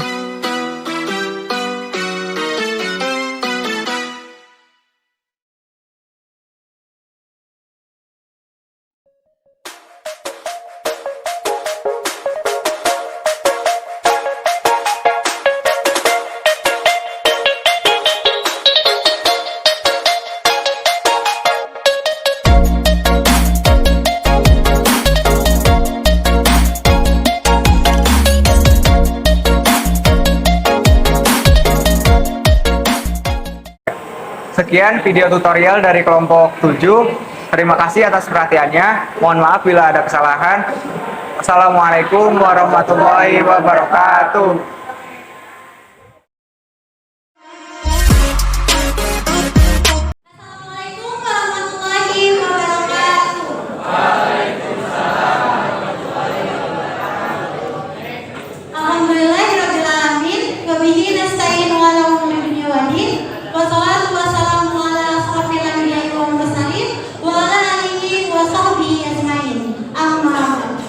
Puji syukur senantiasa kita ucapkan kepada Allah Subhanahu wa Ta'ala yang telah memberikan karunia-Nya kepada kita semua untuk hadir pada siang hari ini. Tak lupa juga salawat serta salam kita panjatkan kepada Nabi dan Rasul kita, yaitu Baginda Nabi Muhammad SAW. Yang terhormat Bapak Desain Gambar Mesin, Bapak Guru Desain Gambar Mesin. Di sini saya punya pantun. Pergi keluar bersama Bunda. Bunda pergi mencari raya.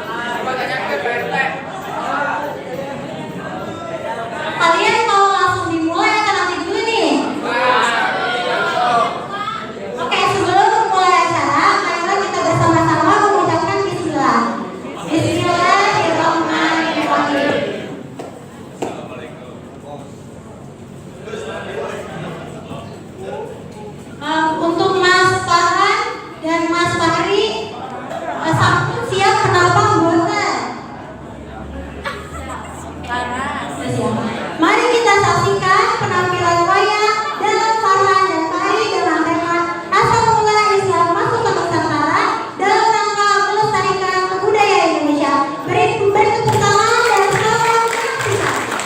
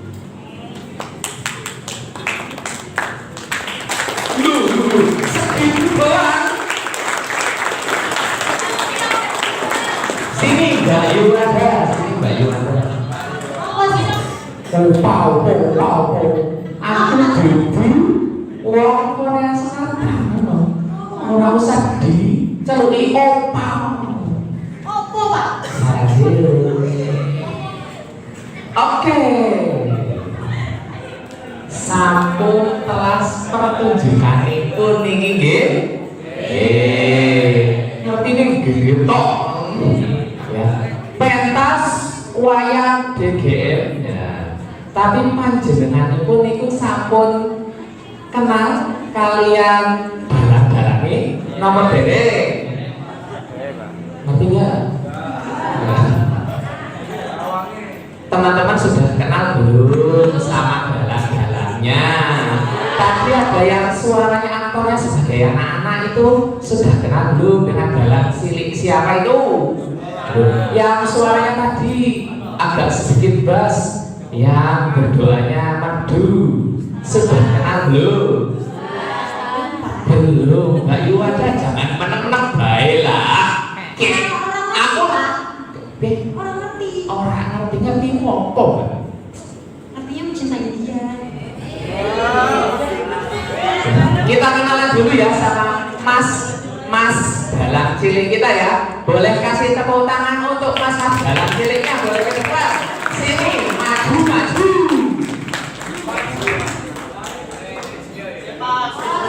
Pakai belangko, Pak. Tasik ngagem belakon apa ya? Translate-nya ada di bawah ya. Alhamdulillah.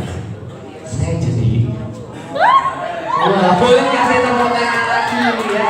Ini adalah penampilan kita dalang-dalangnya ini ya. Nah ini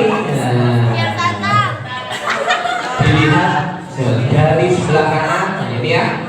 Coba kasih senyuman terbaiknya Mas. Yang kanan Mas. Kasih senyuman terbaik Mas.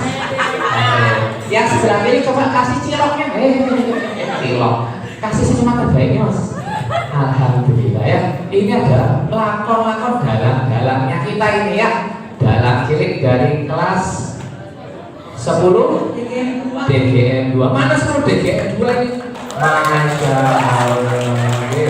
Nah ya, boleh perkenalan ya Mas ya. Ini dari sebelah kanan dulu. Ya, siapa namanya? Nah, hobi hari-harinya ngapain? Nah, apakah turu? Mau mangan lah. Baru apa? Tangi turu meneh. Assalamualaikum warahmatullahi wabarakatuh.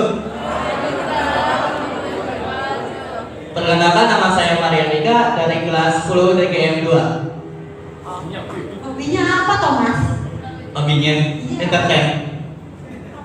Entertain, multimedia. Wih, tepuk tangan dulu dong. Masya Allah. Cuma senang gak sih punya murid-murid yang bermutu talenta seperti ini gitu? Saya suka yang pertama multi talent, itu bagus ya. Yang kedua multi talentan, itu juga bagus. Masak toh? Lah iya toh, bapaknya kan suka masak toh. Saya sama kalau bapaknya suka masak. Modalin dong. Ada kompor sama gasnya. Yang kelas 10, kelas 11 belum terasa. Gorengannya enak aja ya. Oke, sebelahnya ada Mas Sinten ini. Monggo. Ya, Assalamualaikum warahmatullahi wabarakatuh. Ya, memperkenalkan nama saya Muhammad Arasmalana yang biasa disebut. Nah, itu nggak tahu kenapa Pak. Suka aja. Pak Ustaz toh ini. Iya. Memang anak profis gitu kan, siapa tahu mau ada yang memberikan. Ya, amin. Ya. Hobinya apa toh Mas? Oh ya, hobinya hobi apa ya? Aku hobinya ya akeh sih, akeh. Pertama hobi main hadroh. Wis Masya Allah. So sing loro biasanya poli ya Mbak, karo Mbak. Iya. Iya, sama. Kita panggil apa ya? Apa? Enggak tahu Mbak. Nah, segitu aja Mbak hobinya Mbak. Dua saja toh. Ya, dua itu banyak itu Mbak, 1, 2 ya, banyak Mbak. Ya wis, gitu aja Mbak.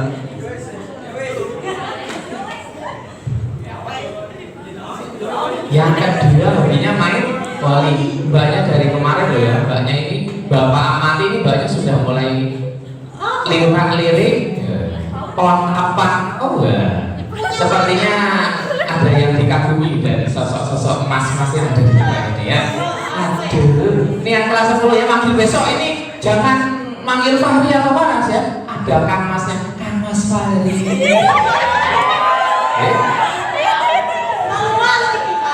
Kang Mas Faras, ya. Yang cowok-cowok manggilnya,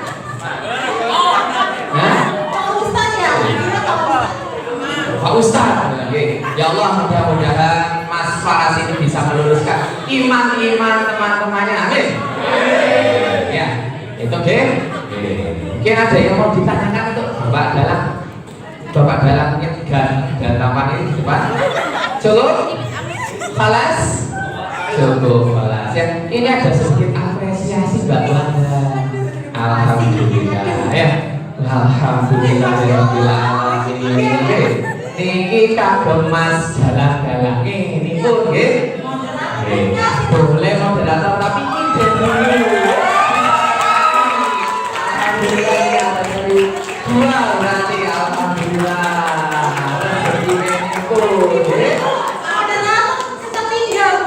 Moderatornya sempat moderator Mas silent aja.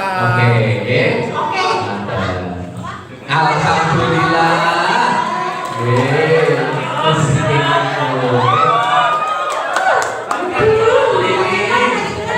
MC dari Jawa yang ada bagian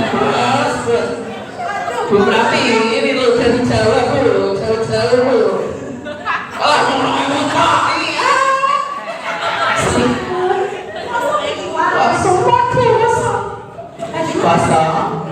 Kosong. Aku yang mempunyai apa sih namanya? Bakat gitu mendapatkan apresiasi dari guru-guru. Kalian gak mau tuh selanjutnya ya? Oke ya, mudah-mudahan menjadi motivasi kita. Monggo, mangga yang silakan aku boga bakat yang mulia dan ditampil ke semua. Badai sakelas mangga, badai sakelompok mangga. Ini orang ngerti Pak. Orang ngerti ya. Silakan buat teman-teman semua yang punya bakat, kita coba nanti 1 bulan sekali ya. Nah, siapa yang punya bakat silakan boleh ditampilkan bakatnya di depan bersama-sama. Tapi minggu pertama, nah kata Pak David, berarti kita akan ketemu lagi di Maret minggu pertama. Silakan yang punya bakat bisa merapat ke ruang guru Al-DVM, nah ya.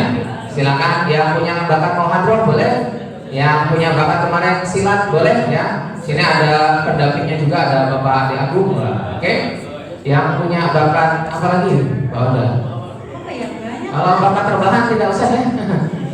Itu sepertinya saya kalau gedor-gedor kalian kelas itu bakat umum ya. Ada yang nanya Apa itu? main futsal bisa nggak di sini Pak? Boleh, nanti juggling ya. Boleh, juggling tapi nanti harus ada challenge-nya. Ya, boleh, silakan yang mau. Ya, kalau mau 6 kali putaran, boleh. Apa lagi? Bakat apa lagi? Poli boleh ya. Poli, nyemesnya pakai sapu jari. Nah, boleh. Patah. Sudah cukup? Cukup? Mas Dalang cukup?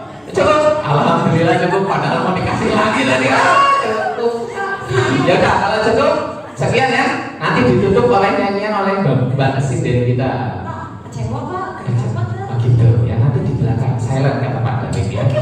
Oke siap. Tiba sama aku bahasa ini. Oke ya, jangan lupa kita tutup dengan kegiatan ini dengan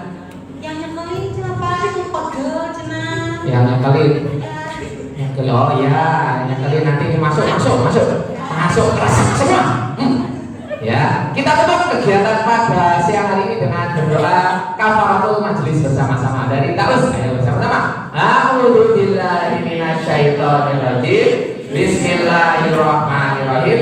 Subhanakallahumma wa bihamdika asyhadu an la ilaha illa anta astaghfiruka wa atubu ilaik. Dari Bapak dicukupkan Pak David karena Mbak cukup, Pak Rizky cukup, Bu Prati oke, Pak Agustian cukup, Pak Oca cukup ya. Kita akhiri perempuan dulu yang keluar. Wabillahi taufiq wal hidayah. Wassalamualaikum warahmatullahi wabarakatuh. Lewat Pak, aja Pak.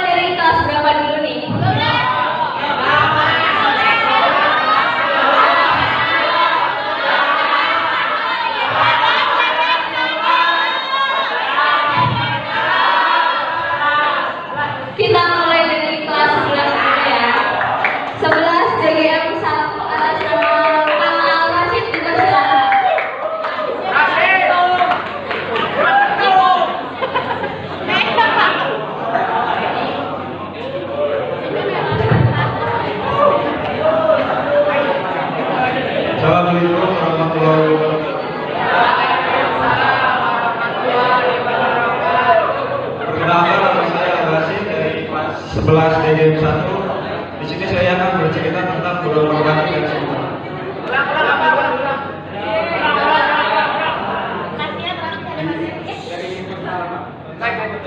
Tentang judulnya Guru Merpati dan Semut. Pada suatu hari, seekor semut yang sedang mencari makan tergelincir dan masuk dalam sungai. Semut berteriak minta tolong karena ia akan tenggelam di sungai tersebut. Di waktu yang bersamaan, pagi itu seekor merpati sedang terbang menikmati udara di atas sungai. Ketika sedang terbang menikmati udara pagi yang segar, burung merpati juga mendengar suara teriakan minta tolong. Burung merpati pun mencari di mana sumber suara tersebut, yaitu adalah teriakan semut yang hampir tenggelam di sungai dengan segera. Burung merpati pun menghampiri semut tersebut dan membantu mengangkat tubuh kecil semut keluar dari air. Terima kasihlah burung merpati, kalau tidak ada kamu, mungkin aku sudah tenggelam di sungai ini, kata semut. Burung merpati pun menjawab, ya semut, lain kali kau berhati-hatilah. Beberapa waktu berselang, seekor semut yang sedang mencari makan di pinggir sungai tak sengaja melihat seorang pemburu yang sedang mengincar burung merpati. Semut pun kaget karena merpati yang dia incar, karena merpati yang jadi incaran pemburu itu adalah merpati yang menangkapnya waktu ia tenggelam di sungai. Semut pun dengan segera menghampiri pemburu yang juga sudah bisa menembak burung merpati. Setelahnya semut menggigit kaki pemburu itu dengan sangat keras dan membuat pemburu tersebut kaget dan berteriak. Burung merpati yang sedang santai di atas pohon pun mendengar teriakan pemburu dan langsung bergegas terbang menjauh untuk menghindari pemburu itu. Saat sedang terbang, burung merpati melihat seekor semut yang ada di kaki pemburu tersebut. Setelah kondisi aman, burung merpati menghampiri semut dan mengucapkan terima kasih. Hai semut, terima kasih ya, kau sangat berani sekali, kata burung merpati kepada semut. Ya merpati yang hanya ingin membalas budi karena kamu telah menolong serta akan harus mengalami waktu itu.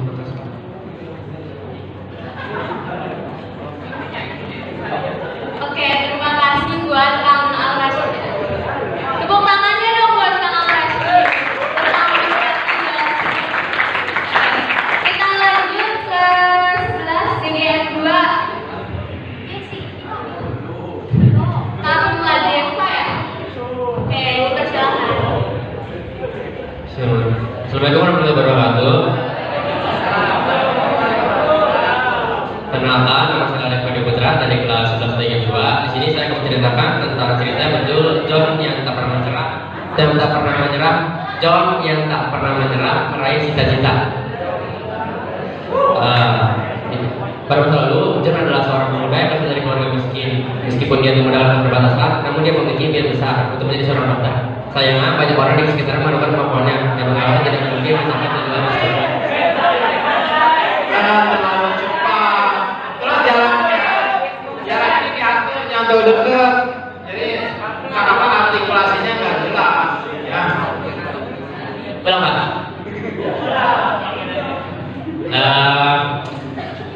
John adalah seorang pemuda yang berasal dari keluarga miskin. Meskipun dia dalam keterbatasan, namun dia memiliki impian besar untuk menjadi seorang dokter. Sayangnya, banyak orang di sekitarnya menemukan kemampuannya dan menganggapnya tidak mungkin mencapai tujuan tersebut. John meskipun begitu, John tidak menyerah. Dia bekerja keras di sekolah, mencari beasiswa dan bekerja paruh waktu untuk melakukan uang. Hingga akhirnya setelah bertahun-tahun kerja keras John pun menuai hasil. John berhasil mendapatkan beasiswa penuh untuk kuliah kedokteran. Ia menyelesaikan pendidikan medisnya dengan keberanian dan ketekunan yang luar biasa. Meskipun menghadapi tantangan sudah terhitung banyaknya. Setelah lulus, John memutuskan untuk membangun sebuah klinik di kampung halamannya. Melalui dedikasi dan rasa empati yang tinggi, John berhasil membangun reputasi sebagai dokter yang baik. Dia tidak pernah mengubah hidup banyak orang dalam perawatannya, tetapi juga memberikan harapan kepada mereka yang merasa putus asa. Sekian dari saya. Assalamualaikum warahmatullahi wabarakatuh. Oke, terima kasih untuk Kang Ladeva. Kita lanjut ke kelas 10 atau kelas 12? 12. Oke, kita lanjut ke kelas 12 DGM 1.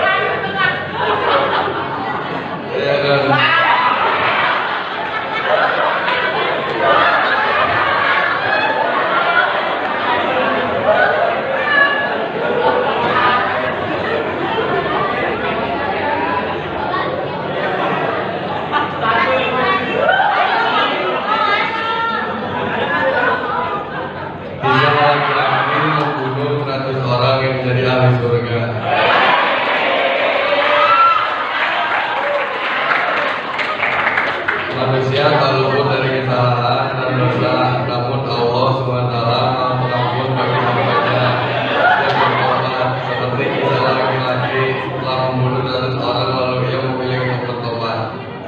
Mengutip buku berbuat dosa tapi masuk surga oleh Muhammad Atom dikisahkan dari Abu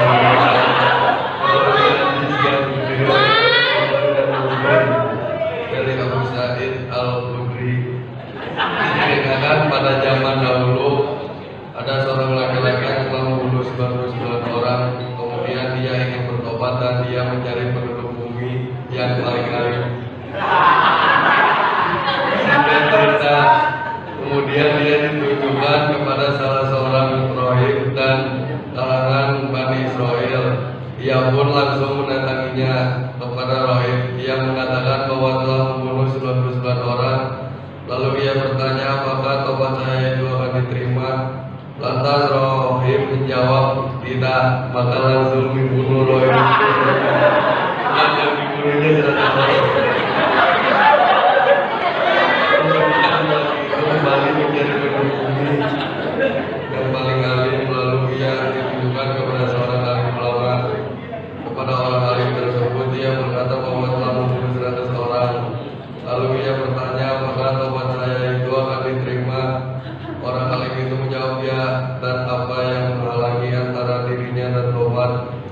Alim ulama itu lalu menyuruhnya pergi ke suatu daerah yang terdapat banyak orang yang beribadah kepada Allah SWT. Dia memerintahkan untuk beribadah bersama orang-orang itu dan melarangnya kembali ke daerah itu karena adalah lingkungan yang buruk. Maka berangkatlah ia ke daerah itu untuk beribadah. Tiba-tiba di tengah perjalanan dia mati.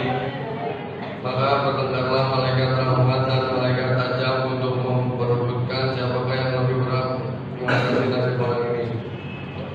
Malaikat rahmat berkata, dia telah datang kepada kami untuk menghadap kepada Allah yang Maha Tinggi. Lalu malaikat tajam berkata, tidak pernah berbuat kebaikan sama sekali. Akhirnya datang malaikat yang berwujud manusia menemui kedua malaikat itu. Lantas kedua malaikat itu mengatakannya sebagai hakim. Kemudian malaikat yang terakhir ini berkata, sekarang ukurlah antara jarak yang sudah tempuh dengan jarak yang akan dituju. Mana di antara dua daerah itu yang lebih dekat, lalu diukur dan ternyata lebih dekat pada kota yang dituju, lalu diambil oleh malaikat rahmat. Alam hadis lain diterangkan ketika kedua malaikat itu sedang mengukur jarak Allah, memberitakan kepada bumi yang berada di antara tempat itu dengan tempat yang dituju menjadi lebih dekat, bedanya hanya 1 jengkal. Hadis riwayat Bukhari dan Muslim masing-masing dalam sahihnya. Ya, dari saya terima kasih. Oke, terima kasih. Mana tepuk tangannya buat Kang Deko?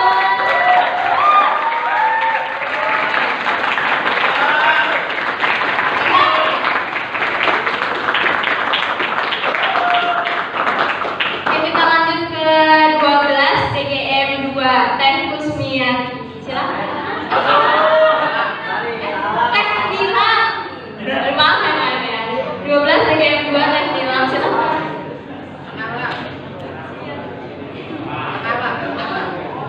Assalamualaikum warahmatullahi wabarakatuh. Perkenalkan nama saya Ilham Jaya. Saya dari kelas 12 TGM 2. Buah durian, buah kedong-dong. Wahai generasi rebahan, perhatiin aku dong.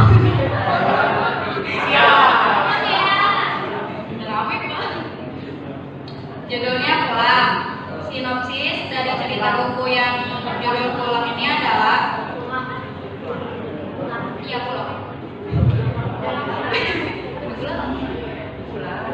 Paris, Mei 1968 ketika revolusi mahasiswa berkecamuk di Paris. Dimas Suryo, seorang eksil politik Indonesia, bertemu Vivienne de Verhaaux, seorang mahasiswa Perancis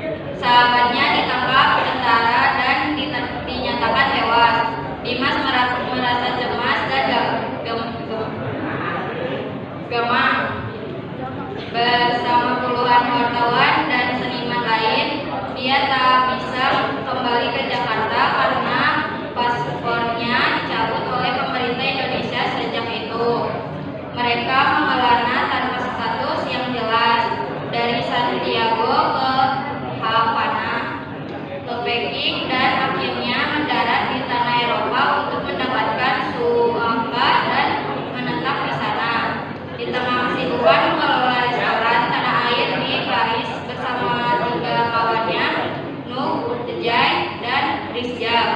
Mereka berempat disebut 4 pilar tanah air Dimas. Terus-menerus dikejar rasa bersalah karena kawan-kawannya menghilang begitu saja dalam perburuan peristiwa 30 September. Apalagi dia tidak bisa melupakan Surti Andari, istri Hananto, yang bersama ketiga anaknya berbulan-bulan diinterogasi tentara. Mei 1998, Lintang Utara Putri Dimas dari perkawinan dengan Viviana de Parux menyatakan keinginannya untuk Indonesia dan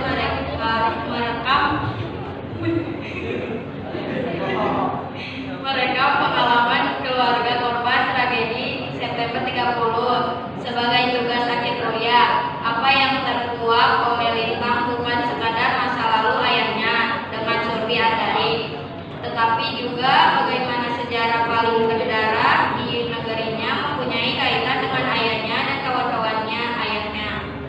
Bersama Segara Alam, Putra Hananto Prawiro, Lintang menjadi saksi mata yang kemudian menjadi keseluruhan terbesar dalam Indonesia, sejarah Indonesia.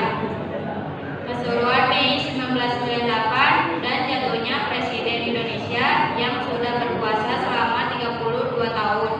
Sekian dari saya. Baik, saya undur diri atas karena kalau saya maju, sayanya terlalu gengsi. Sekian, terima kasih. Ya, terima kasih untuk tadi Gilang dari 12 TGM 2. Selanjutnya kita lanjut ke kelas 10 TM 4 atas nama Teh Tiara Putri, dipersilakan. Riding high when I was king. Yang pertama nih, dengarkan. Perempuan bernilai 50. Laki-laki bernilai 25. Putar sambil tarik joget. Ya.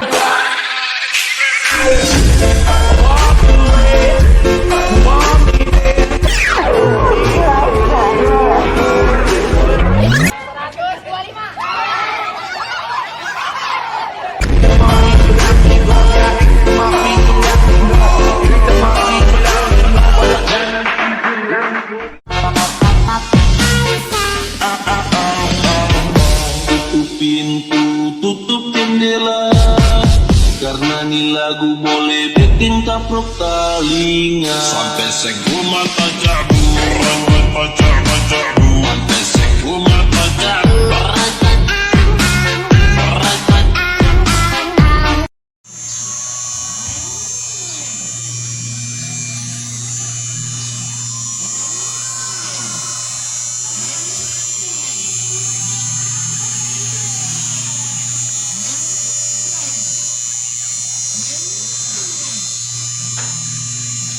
CNC Mini Router, program konsentrasi keahlian desain gambar mesin. Mantap jiwa. Ayo, yang mau pesan, ya kali nggak dipesan gantungan kuncinya. Wadaw, TPGM punya nih. Minta tolong dipromoin ke anak-anaknya, Bapak dan Ibu sekalian. Terima kasih.